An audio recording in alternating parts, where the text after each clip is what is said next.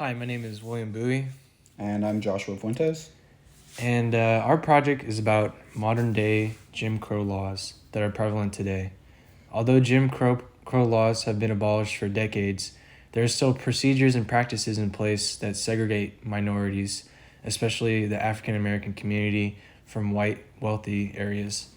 In our project, we're going to gather information and research and talk about current examples of segregation and present it in this podcast. So Josh, Yeah. what did you find out in your research about Jim Crow? Well, there's the Jim Crow goes far back to kind of start off the history. Right after slavery, there was in the United States there was then slave patrols was like the first law enforcement in the U.S. and then in 1865 is when slavery was abolished. This was due to the ratification of the 13th Amendment.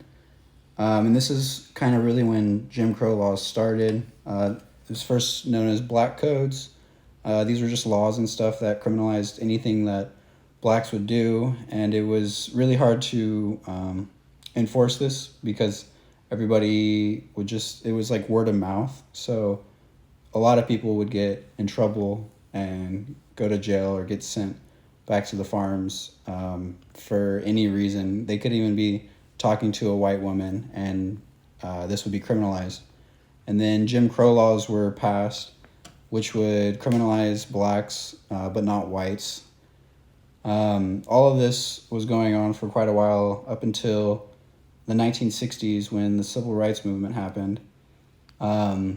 And this kind of was the turning point. And then we would say probably around 1971 with the war on drugs was when criminalizing any acts that were disproportionate towards minority groups started becoming more prevalent. Right. And did you have anything to say about that? Yeah, I had a question. So, during the slave patrols, was this during Reconstruction after slavery was abolished? The slave patrols was right before slavery was abolished. So Okay. Well, yeah. got it.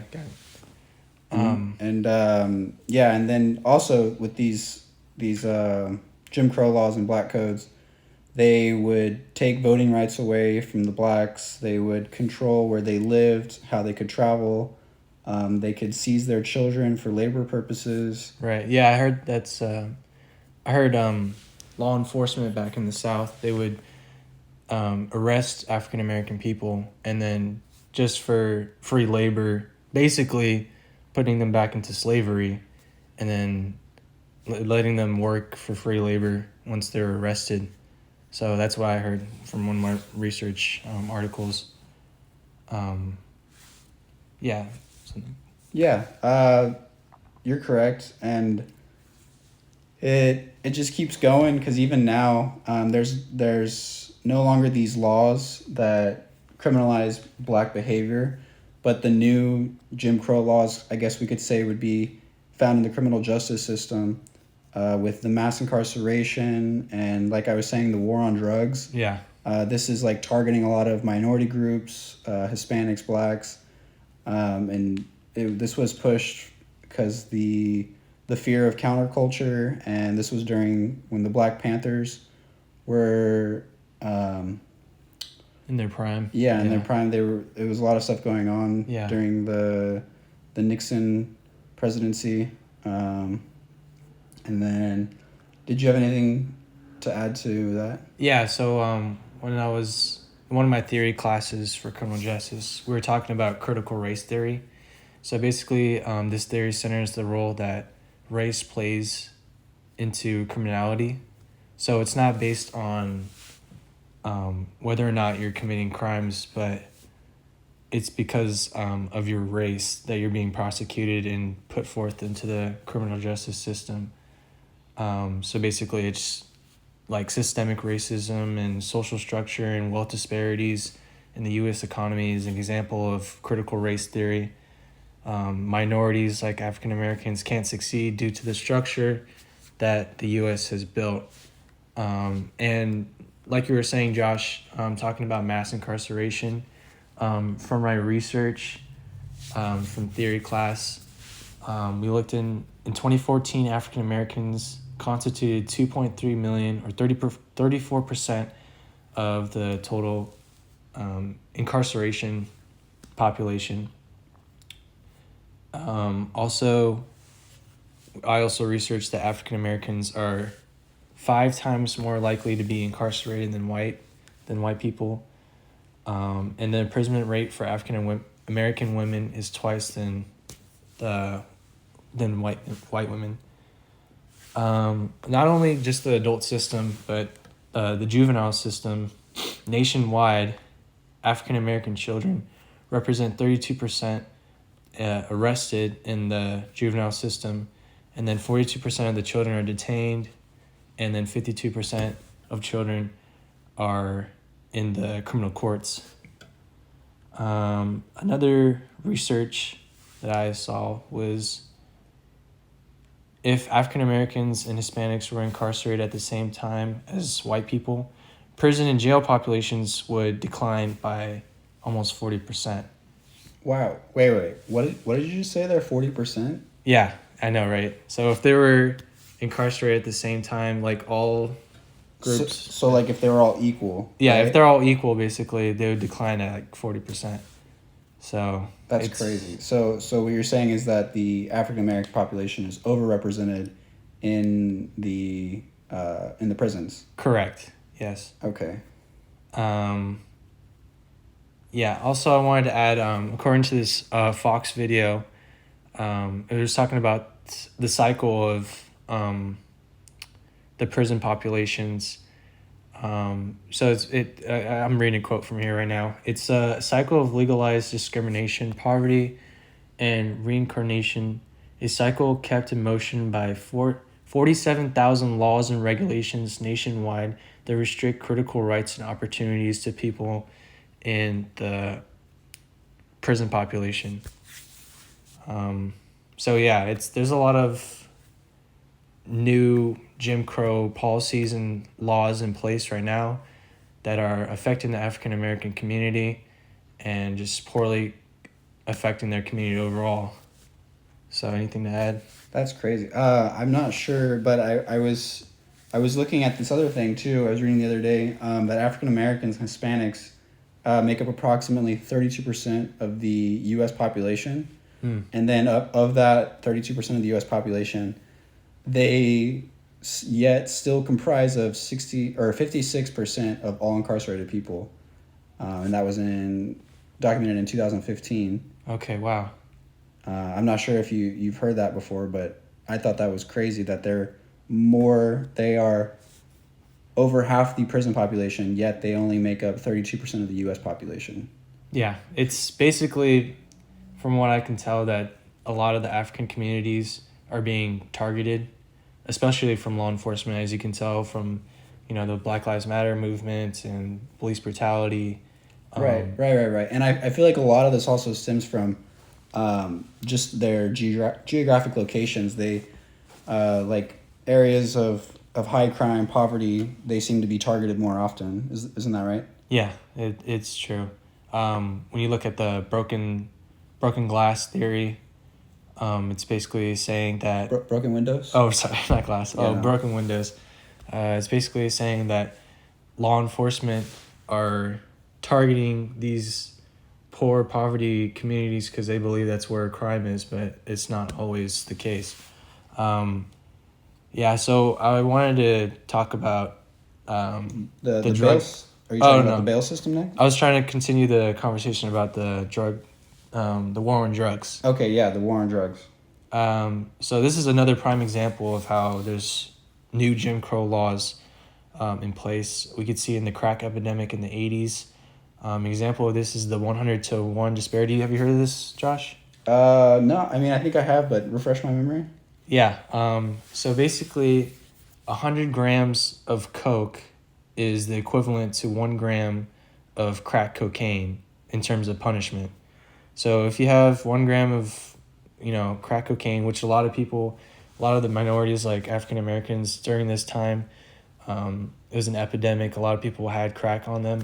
So 100 grams of cocaine would equal to 10 years in prison. So if a person had 1 gram of crack cocaine, they would have 10 years in prison.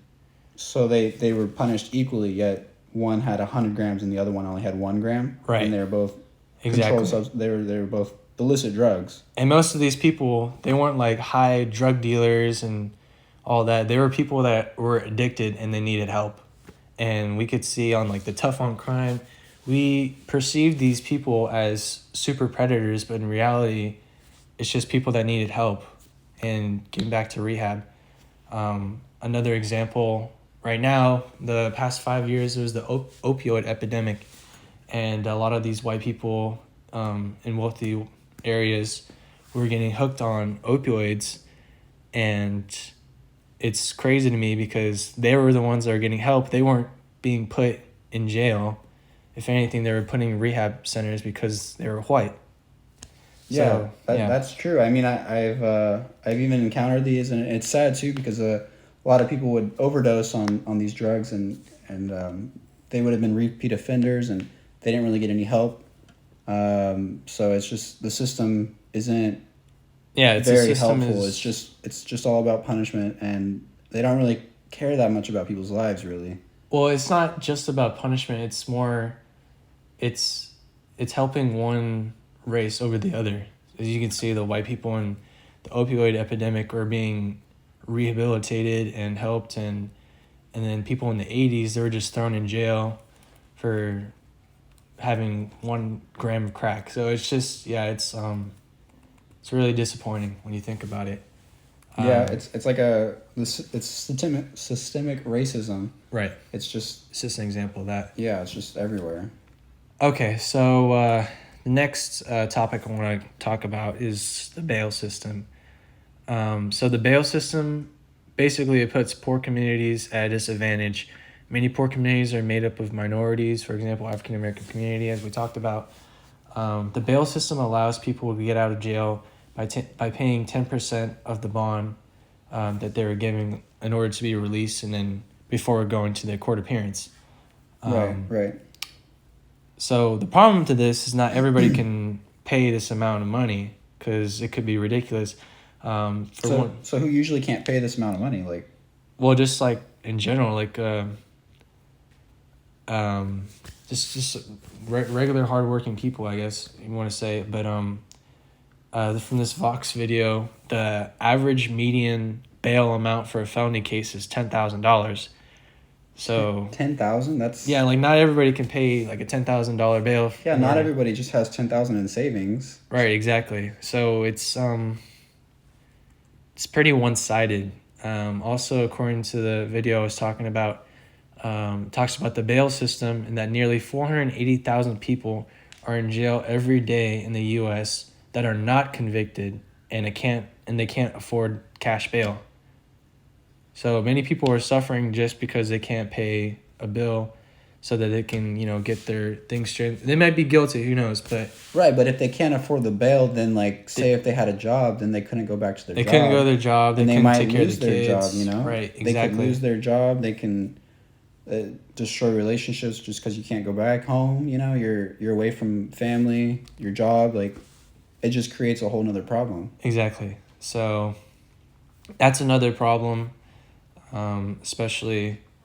that's probably another example of Jim Crow, I'd say, a modern Jim Crow. Yeah, because, if you can't afford the bail, and it just kind of perpetuates and makes it worse and worse, and it's like you just get stuck and you can't get out. Exactly. That's exactly what I'd say, too. Anything you want to add to, Josh? No, I think that's all for the bail that I could think of right now. Yeah, so... Okay, well, I guess we can also talk about gentrification. Yeah, let's hear about that. Yeah, this is just basically if it's characterized by when a poor area or a poor neighborhood has wealthy people moving into it. It usually improves the housing, and more businesses want to build there, and this kind of like displaces the people that were already living there because they can no longer afford Right. the cost of living there. And in current history or current days, San Francisco is kind of the leading city right now. Mm. Between 2013 and 2017, there was this report that their gentrification, it was just the highest in the nation. There were more than 31% gentrifying during this time, and a lot of the low income neighborhoods, not in San Francisco but further out, they continued to deal with a lack of investment. Businesses didn't want to move into these poorer neighborhoods, just making this problem worse and worse. Mm. And then I guess this could also really tie into redlining, which was basically refusing to give loans to people, house loans, so they couldn't move in to certain areas and neighborhoods. And it would kind of segregate the entire neighborhood, keeping the higher class or the more desirable neighborhoods more isolated versus like they were considered hazardous neighborhoods, which were like the poor communities, and this is where majority of minorities would live, Hispanics, blacks.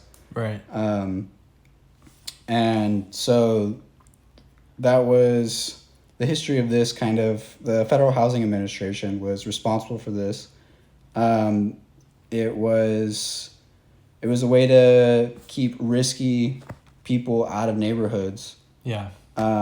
Risky as in like people that they believed couldn't afford it, but this was really just targeting minority groups, like I was saying, the blacks. This was a big problem, and it even targeted the U.S. military.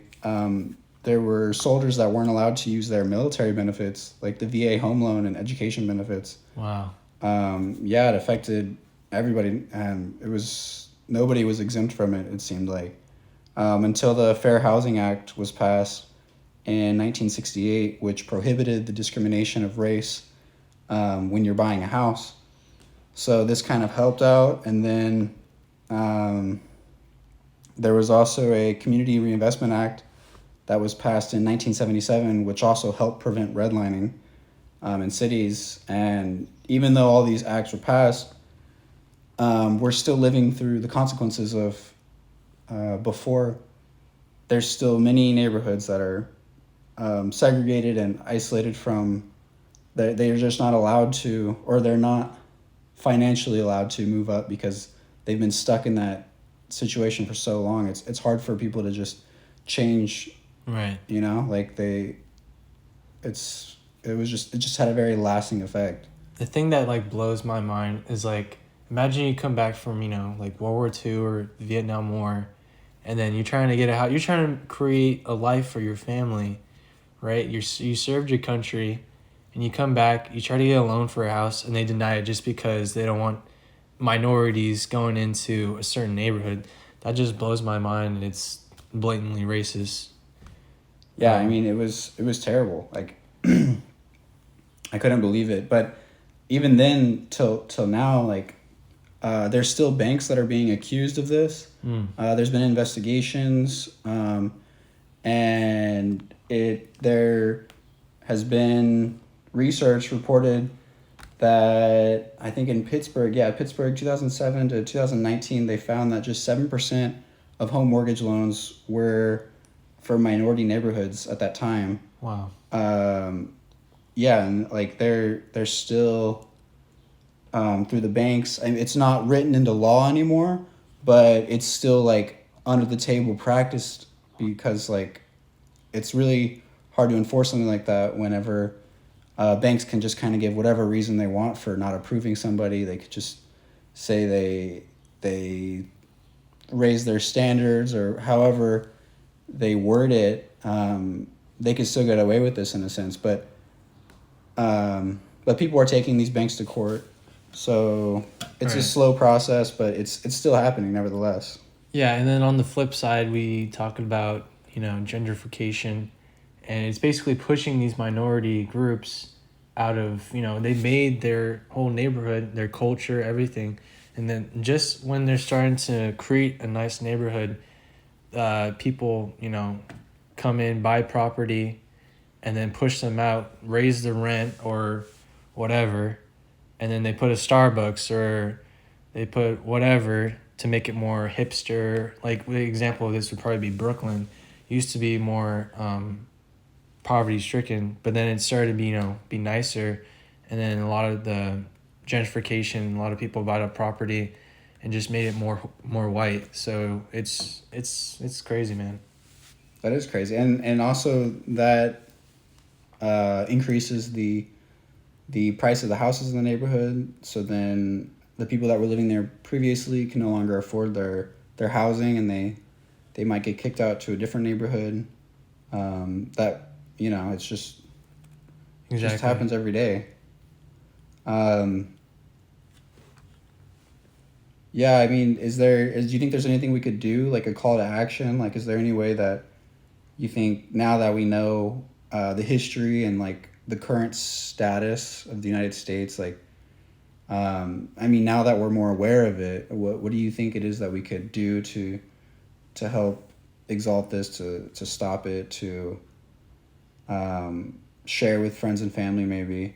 Right, exactly. To me, it's all about, legislation. So we have to vote for the right people. We have to be more active about who we're voting for, know their policies, and basically just be a U.S. citizen and just take that call to action. If there are protests or whatever, you try to be there, at, where I'm working at this grocery store. The union, we were trying to raise minimum wage because the cost of living in California is so high. We tried to go to rallies and stuff like that so that we can get paid more. I wouldn't try to compare the, oranges to apples. It's not the same thing. But basically what my point is, just be more aware and vote for the right people so that things can be changed. Yeah, I mean, I definitely agree. I think voting is an important part of this, getting the right people in there. But also about voting, that just reminded me, like I was saying, the new Jim Crow laws is kind of the criminal justice system, and how there's mass incarceration, and then I don't know if you knew this, but like if you have a felony, there's laws that are in place that prevent you from voting. So maybe some of these minority groups who have gotten felonies for either drugs or other crimes that they've committed, they would no longer have the right to vote. So it would kind of make it challenging to, like, this is just tying all back in, like, it's hard to change a system for people that can't even vote anymore, And Exactly. they're the ones that are being targeted, and like it's just a huge problem. Like it stems far deep. Like, we would have to change a lot to fix this. You know Exactly. what I mean? Even think about it, like talking about mass incarceration, like minorities, African Americans, when they get out of prison, they can't even vote if they're a felony. Right. That's what I was saying. Like, It's like, and so how are they supposed to exactly, fix the system? how Because like is the system is supposed to be fixed through voting, but like the people that are getting affected the most can't even vote anymore. So like. And then on top of that, they got to try to find a job, try to take care of their family. But in America, I feel like we have a really big stigma against ex-offenders, and we don't give a lot of those people chances. It's like, all right, well, you have a record, we can't hire you, So it causes more problems. It's just like a cycle, because it's like, oh shit, or sorry, it's like, oh crap, I can't go and get a job, and then I revert back to crime. Yeah, and then it's like the endless cycle that we were talking about. You can't get a job, you commit a crime to get the money to supply for your family. You get out of jail, you don't have a job again, you just have to commit more crime to get the money to support your family. It's this endless cycle. Right. But yeah, so I think there needs to be a lot of change. And I feel like just being aware and letting everybody knowing the problem will not fix the problem, but at least people can start working on a solution Right. instead of just ignoring the problem, Yeah. So I think that's all for our podcast for today. Yep, I think so. We covered it all. There's a lot of nuances to Jim Crow. We don't obviously see it. We say that Jim Crow's over. It's been gone for decades. Segregation's gone. Brown versus education. But there's definitely modern day Jim Crows that are happening today in our criminal justice system, and it obviously needs to change. I'm William Bowie, and this is Josh Fuentes, and thank you for listening to our podcast. Thank you. Thank you.